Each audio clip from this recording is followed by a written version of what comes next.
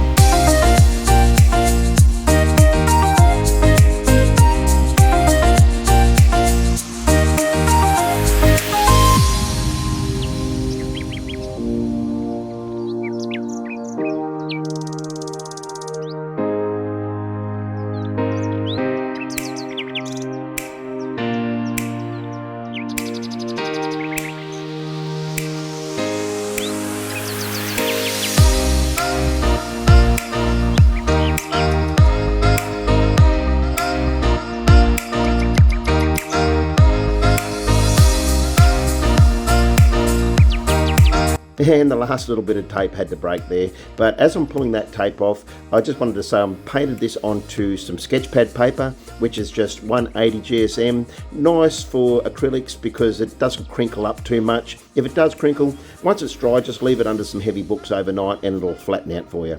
Now, hopefully you got something out of this video. Be sure to download my free ebook in the description there. Just helps you maximize your time if you're an artist or anybody really. But like I said, hopefully you got something out of this, guys. Like and subscribe, do all that stuff that makes the channel grow, and I'll see you in the next one. Catch ya!